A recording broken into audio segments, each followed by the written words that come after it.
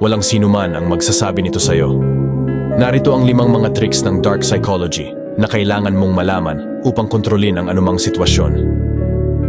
Number 1. Kung sa tingin mo na ang isang tao ay hindi sinasabi sa'yo ang buong kwento, tumigil ka sa pagsasalita at tignan mo lang siya. Malamang na makakaramdam siya ng pagka-awkward at magpatuloy na siya sa pagsasalita.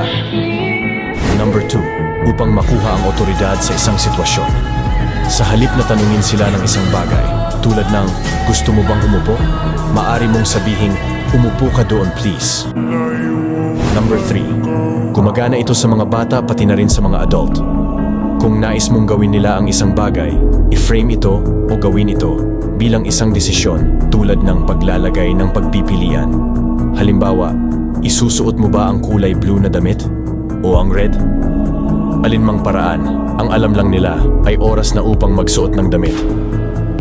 Number 4. Kung nais mong patigilin sa pagsasalita ang isang tao sa magalang na paraan, maghulog ka ng isang bagay sa sahig at habang pinupulot mo ito, magsimula ka ng magsalita. Hindi niya ito mapapansin.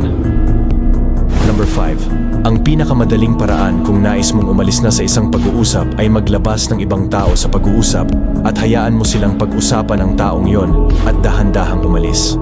O kaya naman ay maaari mong sabihin sa magalang na paraan na, sige, may pupuntahan lang ako. Tandaan ang isang bagay na to, ang mundo ay masama. Kaya i-follow mo ako kung hindi mo gustong minamanipula.